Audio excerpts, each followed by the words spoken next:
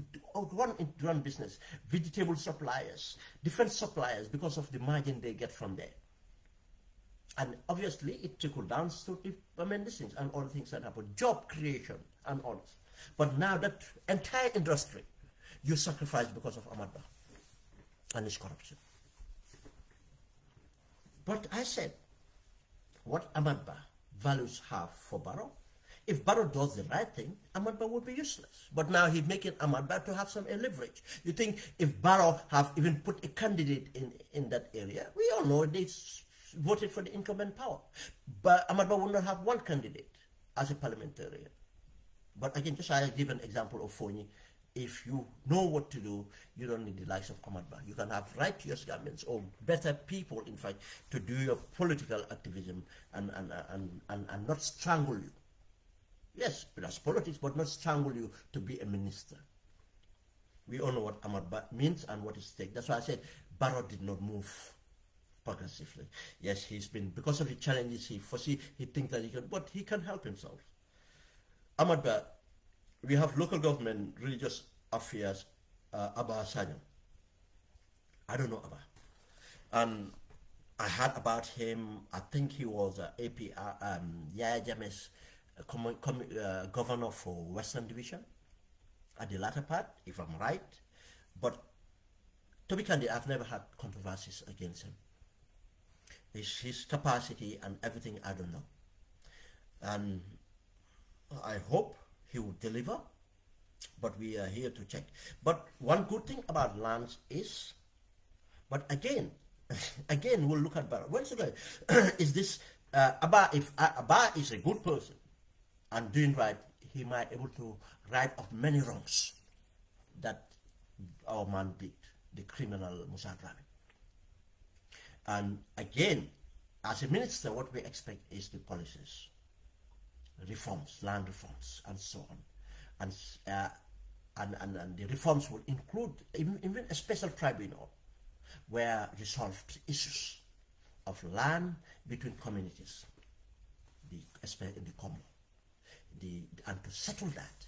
But not only the tribunal for between alcalos and all this land being share one land being owned by 10 people to resolve the two tribunal, and finally have a grounding that anybody who have their lease have a grounding, and people have confidence on their lease, especially if they want to invest on that land. You want to start investing and people come and take your land or take you to the courts and drown you. But a special tribunal would have speeded this thing and help. I think one thing, if he's serious, that's one thing to do. Something similar. I would say take the ideas of Ben. Something similar he would think of. The other thing is to resolve between communities, minority communities and landowners within Congo, to see how this thing can be resolved. Minority populations have a right to land. How is this defined? We need a policy to define this and regulate this. Because we have to understand too, these people start with our forefathers. I mean, they lived together before. We never had a problem. Different religion or different cultures lived together, no problem. Because land wasn't valuable in our eyes. I mean, speculators did not make it valuable. Estate agents did not come. City. Now, because of it too, is a problem. Now we need to have a policy that redresses this, and the lands minister will have to play a role. And it might help. We will leave about there till we can have something. Agriculture, Demba Sabali. You see, again, this is my position. Just as I said, Amatpa. Just as I said, Dictator. Just as I said, this is a continuation. Barrow trying to reward. And I don't know what to reward. The only thing I see Demba did was divisive, political division. Fonyi Bondali. But if the person parliamentary cannot even guarantee you Fonyi Bondali, apparently he's from Fonyi Bondali. It must be a family I know. I have to do my research because we are from Fonyi Bondali as well. If he cannot even guarantee you a parliamentary seat, how powerful he is. But again, this Sabali guy, some people say the RNL North, I think is called. I think he was graduated from the Gambia and went to America and did that registered nurse and went back to the Gambia, and next minute he's called doctor. Whatever it is, the doctor position is questionable. Now, that's where is it again? Demba Sabali. Thank God they have. I'm not sure. Did they use the word doctor in the publication? I'm not sure. They just said Demba Sabali. The guy doesn't have any capacity for agriculture. And again, I am not saying that we have to use an agriculturalist to be agriculture, but we need someone that will help, a qualification that match the position. That's why a profile was important. What does it have? What does this person have? And don't tell me it's just a political appointment. No. The world have changed. His qualifications, if not match directly, would have the qualifications and experience that can run a ministry. Policy. Understanding policy formulations, all of what to do with policy. Administration is important. We should move away from that. Oh, it's just a political appointment. No. He is working with technocrats. He has to be a level that he can understand the technocrats. To know. If you don't know, how can you differentiate advice? And before that advice goes to cabinet. All these things needed to know, but it's a political appointment. It's a reward for what? Again, agriculture is the most important. But we want to use reward for preparation of agriculture. Tells you everything we need about that. Let's move on. There's not much to say here. Transport, works, and infrastructure, Ibrahim Silla. Now the journalist is moved away from this thing now, is for infrastructure development. Again, we are not serious. And why Ibrahim Silla? Why Ibrahim Silla? You know, Gambia now is the most lucrative. Go and look at the budget. Ministry. Is Barrow have confidence that Ibrahim would do what he wants? Barrow is not happy with Baye Lamin Jobe, that Baye Lamin Jobe became rich out of it. Baye Lamin Jobe is smart. Baye Lamin Jobe was educated in the sense of he was an engineer. He knows how to do things. He's not happy that Baye Lamin Jobe took most of the projects and to give to family members and other contracts, because Baye Lamin made so too. He benefited. Did he think that he can instruct Ibrahim and have everything that he wants the way he wants it?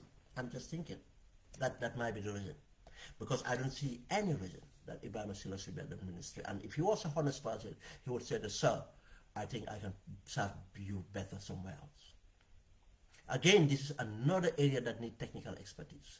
In another area that needs a grasp of development of infrastructure. You should not just rely on, oh yeah, my technocrats are going to put me through. I think it's a wrong appointment. But again, it's a reward for that. Guys, I'm just feeling this pain. I need to go quick. I'll have to go through it quickly. Then you have Dr. Amadou Lamine Samate. You see, health. Again, why Dr. Samate? He's my brother from Bakau. But he's a disappointment. And again, I said this. I am not saying that doctors should, it's not have, you don't have to be a doctor to be the health minister. No.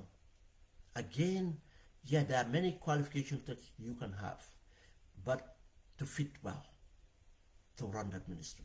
And in fact, I think, and I said this when he was appointed, I think, no, you should not appoint him as a minister. He is losing.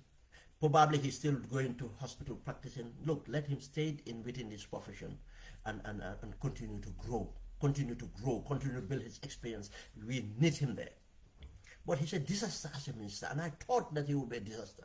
But if in fact he so passed, I knew his family to be trustworthy.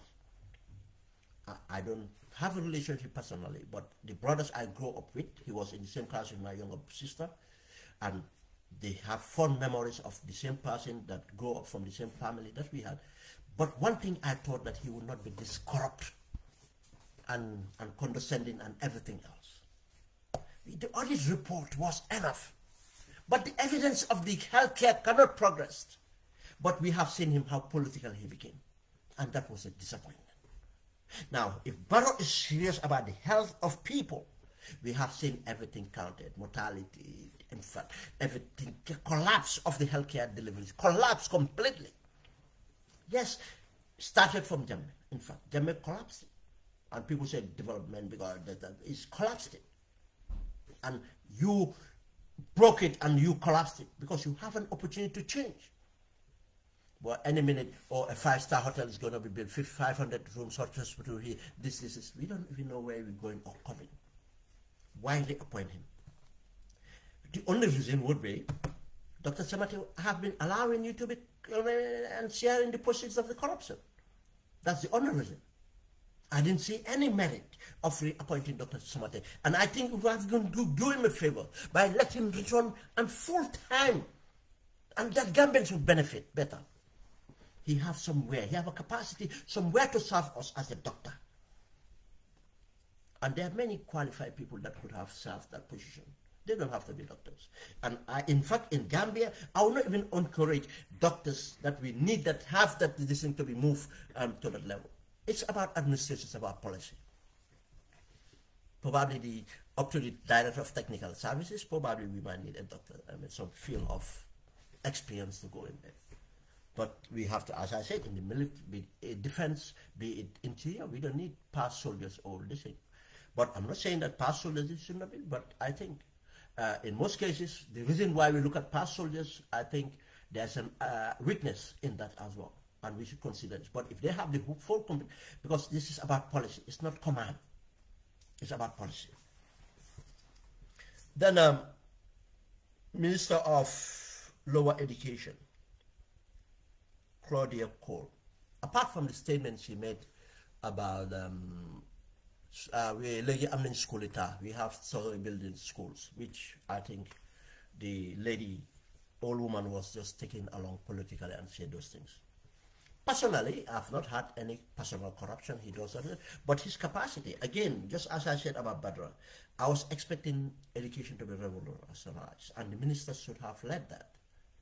We have not seen a total overhaul. We need a total overhaul. We need a radical plan, and that have to be introduced by the minister. We need the minister to present to us what they inherited and where we are going with this. We want a curriculum looked at.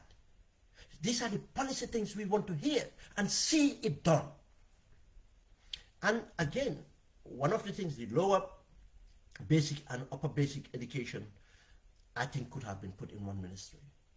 And because, again, the many ministries we have, you know, we are spending a lot of money, wasting it in the bureaucracy.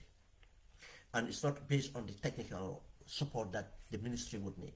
Because you build a minister and other things that follows, ministry it follows, and the per diems and follows, and utilities and rent, and everything else is a lot of money that could have gone.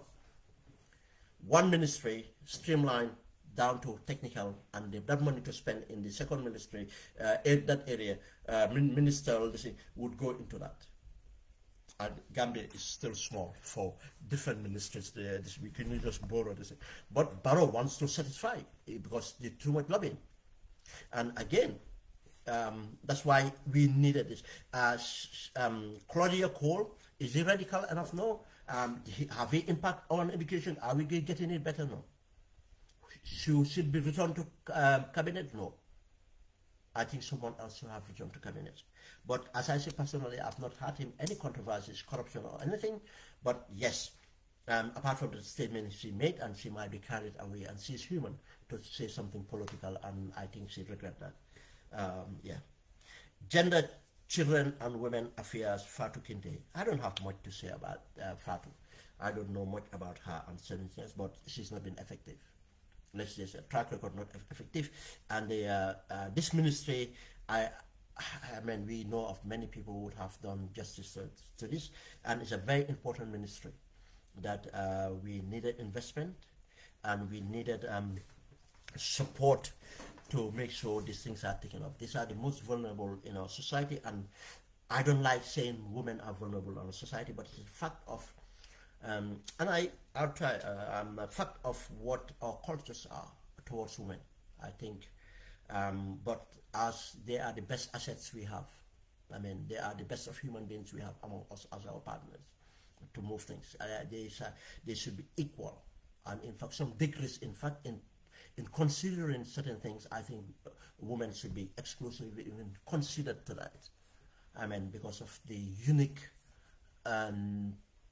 qualities given to them, but again, not based on that just because of the woman, because of the characteristics, the qualities they hold. Just as when we look at men, we should do. I am really into that gender. Listen, but Fatou Kinte, not much to say. Energy and petroleum. Abdoulaye Diop, Ndobin. Again, this is another appointment that we need to look at properly. Ndobin is someone I knew long time ago. The time of the First Republic, not personally then. I'm not sure I can even say that we know each other personally. Probably he heard of me or he's seen me because we had mutual friends. But again, we used to meet at certain Grand Place, two different Grand Place in the First Republic. And I have had been discussions, and I had his views. And someone I respected, those views are very strong, in fact. And this was the Jawar days, very strong. And his professional views about things, about GUC, whatever it is, that was now. And his views when the new government came, I heard about them and so on. But we, Ndobin Abdoulaye Diop, they call it Abdoulaye Diop, got into problem with Jammeh when he became the MD for NAWIC, and I think Jammeh broke him down, took him to mile 2 and broke him down, and I believe he had to write a letter for a pardon, but there was a lot of lobbying negotiations to do that. I don't think he done any wrong. It was just an advantage Jammeh used to take. Just accuse him for anything, economic crime, whatever it is, and punish him as much as it is, and he will. And he pleaded with Jammeh. He was forgiven, taken back to government, and ended up being a minister of trade and so on up to the end of Jammeh. That's where my problem started with Ndobin. I am not questioning Ndobin's experience as an engineer, as a technocrat, his knowledge or anything like that. But at that time, and this is why I say when we look at people, And their past experience, we have to reflect on other things. Or when they say, oh, the person was in the World Bank or IMF or wherever it is come from, we have to realize that when you come to Gambia, the environment, people easily conform to this environment and accepted things. And what Nobin after became was just an apologist of Yaya and just, in fact, praising in Yaya, which I was really disappointed. And many friends are disappointed that he turned out to be that. Allowed Yaya everything, and in fact praising Yaya, which was wrong. I know I'm not, when he was pressed and everything, it was hard, but to continue to serve Yaya and praise him and everything, cover for him, everything was wrong. Now, what we ask ourselves, we are not questioning his capacity in delivering these things to knowledge and everything. Would he stand up to Barrow when Barrow wants to want his way? As I said, I know that part of Norwich's problem is Barrow. He appoints people that who are not capable under you, because that people, he need to do certain things. He will composite a board that will be answerable to him, that will do things that he wants. He is in deals with every other thing that business Norwich does. Is he going to stand up to Norwich? That's my question. Apart from that, he's a good catch. But again, should or someone else not be considered who have this deficit in that he would conform easily? But people say, oh yeah, I'm a dictator, one left could take back, but minister, you have a choice. It's going to be a difficult one, be living somewhere else or doing somewhere else. But again, for his expertise, he could have gone into many countries and live a life. But he chose to live there. That's a question we need to ask. But again, I wish and hope that he proved me wrong by coming in and just not allow and deliver. And we wish him well for that. That's Ndobin. And my good old friend, Fishes and Water Resources, Musa Drame. I will try and come tomorrow because I need to, Musa Drame still have to be held accountable. And this is about the Koro Sises Foundation, the land he took from them. Additional information are coming, and I need to deal with that. A short program I'm going to do tomorrow. But Musa Drame, we know a track record. Now Musa is complicit. He's the treasurer of the NPP. Musa is complicit in the Gam petroleum crisis. That's why they don't want to bring the Gam petroleum crisis in the way they should be. Musa have been taking the kickbacks or funding for NPP from this dodgy cabal business people across the board, and most of them are involved in the Gam petroleum problem and to finance this thing. Musa have done most of corrupt things for Barrow. That's why Barrow keeps him there. But in the land, Musa have demarcated, taken over, confiscated, did everything for himself, family, and Barrow, and First Lady, and this cabal. All over Combo is finished. Probably that's why he said, let's go to the waters. We all know that person who left there did damage. But when Musa is ready with fishes, everybody's saying that. I'm just asking if those islands we have, natural islands we have, whatever you call them, inhabited islands, are they part of his remit? Or the islands are not? Because I know if those islands are part of water resources, those islands will go to Russian soon. Next minute we'll have a naval base in an inhabited island. But to be serious again about Musa is that character. He is so greedy and he goes to any length. And if Barrow was serious, Musa shouldn't be there. But again, Barrow would see Musa as my ultimate. Look, if Barrow puts him anywhere else, Musa will be angry. He cannot do nothing to Barrow if Barrow was strong. You see, that's why I said that was the difference between Barrow and Yaya Jammeh. And Barrow now, you don't used to have to use any dictator tendency. Be effective governance, and these people will be running behind you because they know that they have nothing to leverage on. But now you're giving me a leverage to hold onto you because of the criminal activities you've been involved. That's why Barrow is the problem. We cannot just have change. Barrow have to, his past dealings and his greed will continue. His past dealings will not affect him. Fisheries, Minister of Professor Pierre Gomez. Actually, it's an appointment I've not seen, but everything I heard about Pierre, I have seen a lot. in many forums that he participates. I'm in a forum where he is. I don't even see something from there, but I have seen something that of his work. And I think he acted as vice chancellor before the new vice chancellor was appointed. And everybody thought even he would have been the vice chancellor. And from what I heard from people, stakeholders in the university, and that had interaction with him, he's a gentleman. He's a good pick. He's a good pick, and that's how I have to believe it. I wish him well, and I hope he'll be radical enough. And he's a young man. We expect him to be radical. I mean, to bring about the change and the move. I mean, I said I did not see in Badara when he became this thing. We need those radical policies to come in, and he have a good support in the position of the vice chancellor right now. Kwame Robinson, he would really help him. I mean, that's a good combination. That's a good catch. Climate change, environment, and world resources. Rahi John Manjang, I don't know her. I think he was a community governor. I don't know her.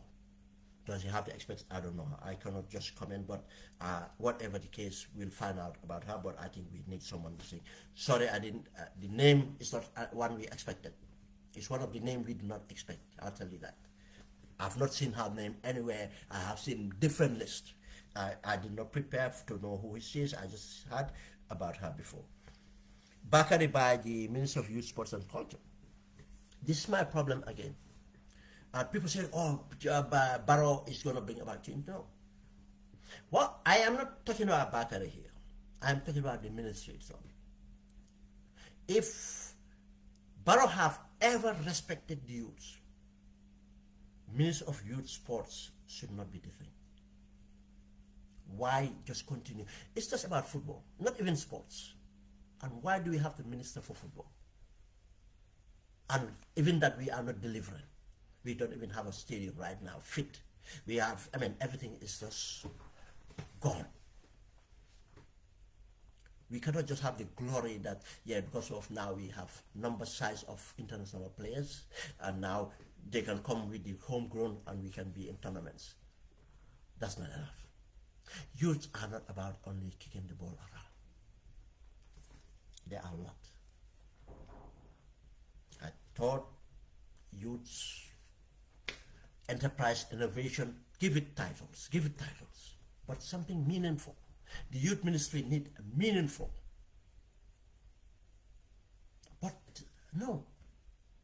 Go and look at the youth ministry's budget. That's my main worry.